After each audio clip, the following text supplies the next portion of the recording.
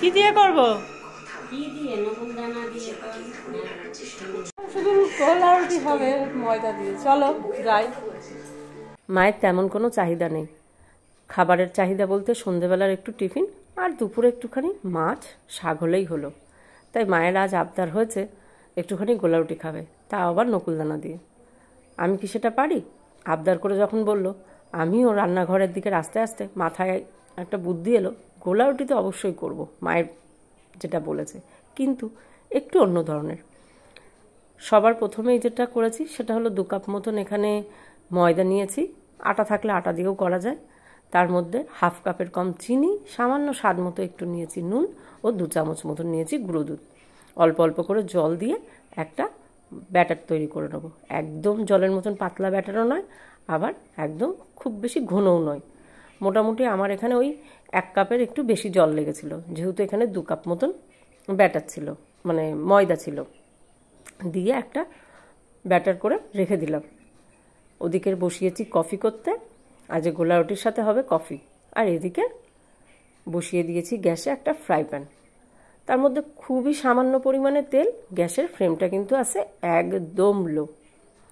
হালকা একটু গরম হয়ে যাওয়া পর্যন্ত অপেক্ষা করে নিয়েছি। ব্যাস, 1 হাতা দিয়ে দিয়েছি এর মধ্যে ব্যাটার। এবার ঢাকা দিয়ে দেবো। ঢাকা দিলে একটু তাড়াতাড়ি হয়ে যায়। মাত্র 10 মিনিটের মধ্যে আপনি অনেকটা পরিমাণে গোলা রুটি বানিয়ে ফেলতে পারবেন। বুদ্ধিটা মাথায় কি এলো, যেটা ভিডিওর প্রথমে দেখেই বুঝতে পেরেছেন, বাড়িতে ছিল চিজ। ভাবলাম গোলা রুটি তো প্রতিবার করি, কেন না এবার একটু চিজ দিয়ে করি। যদিও বা পরে মনে পড়লো এটাতে যদি মজারেলা চিজ হতো অনেক বেশি টেস্টি হতো। সামান্য পরিমাণে দিয়েছি মাঝখানে চিজ, ঘষণির সাহায্যে ঘষে। তার ওপর থেকে আবারও 1 হাতা দিয়ে দিয়েছিলাম ব্যাটার। দিয়ে ঢাকা দিয়ে কয়েক সেকেন্ড অপেক্ষা করেছি, জমে গেছে। এবার উল্টে দিয়েছি। আর চারপাশে এই যে এক্সট্রা গোলা রুটির পাটটা যেটা চলে এসেছে, এটা দেখতে যেন কেমন একটু লাগছে। তাই ভাবলাম এটাকে খুন্তির সাহায্যে কেটে দিই। আপনি মাত্র কয়েক মিনিট অপেক্ষা করলেই একটা গোলা রুটি হতে 1 মিনিট মতন লেগেছে, খুব বেশি সময়। তবে গ্যাসের ফ্লেমটা কিন্তু পুরোটাই লোতে থাকবে, কারণ হাই ফ্লেম হলে ভেতরটা কাঁচা থেকে যাবে। হালকা খুন্তি দিয়ে চেপে চেপে গোলা রুটিগুলো একটু ভেজে নিচ্ছি, হালকা একটু লালচে করে।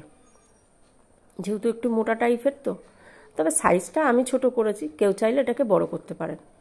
এই গোলা রুটির একটা বিশেষত্ব কি জানেন, যেটা আমার বোনকে দিয়ে আমি বুঝলাম, বাচ্চারা যারা অনেকেই গোলা রুটি বা অনেকেই খেতে চান না, তারা কিন্তু এই ধরনের গোলা রুটি করে দিতেই পারেন। সেক্ষেত্রে বাচ্চারা অনেক আনন্দ করে খাবে। আপনি এর ভেতরে চিজের বদলে চকলেটও দিতে পারেন। হালকা চকলেট এইভাবে ঘষণি দিয়ে ঘষে গ্রেট করে আর কি, যেটাকে বলে। আমি আবার একটু পাতি বাংলা কথা বলতেই ভালোবাসি, কারণ অত স্টাইলের কথা আমার হয় না খুব একটা বেশি গুছিয়ে। সেইভাবে দিয়ে যদি চকলেট দিয়ে একই পদ্ধতিতে করেন, তাহলে আমার মনে হয় বাচ্চাদের অনেক বেশি ভালো লাগবে। আর চিনির পরিমাণটা যে যেমন চান, এতে খুব বেশি চিনি লাগে না। একই পদ্ধতিতে এখন একে একে সমস্ত গোলা রুটিগুলো বানিয়ে নিচ্ছি। মাত্র 10 মিনিট আপনার অনেক গোলা রুটি হয়ে যাবে। এদিকের কফিও হয়ে এসেছে, শেষে দিয়ে দিলাম কফিটা। ব্যাস, গোলা রুটিও মোটামুটি রেডি। কফিটা দিয়ে আর 5 মিনিট মতন ফুটতে থাকুক। সেই ফাঁকে এবার একটু অন্য রকমের গোলা রুটি করি। কোটিং গোলা রুটি তো আগেরটা দেখালাম চিজ দিয়ে। এবার যেটা করেছি, প্রায় 1.5 চামচ মতন, মানে 1.5 হাতা মতন ব্যাটার দিয়ে পুরো ফ্রাই প্যানের মধ্যে ছড়িয়ে দিয়েছি।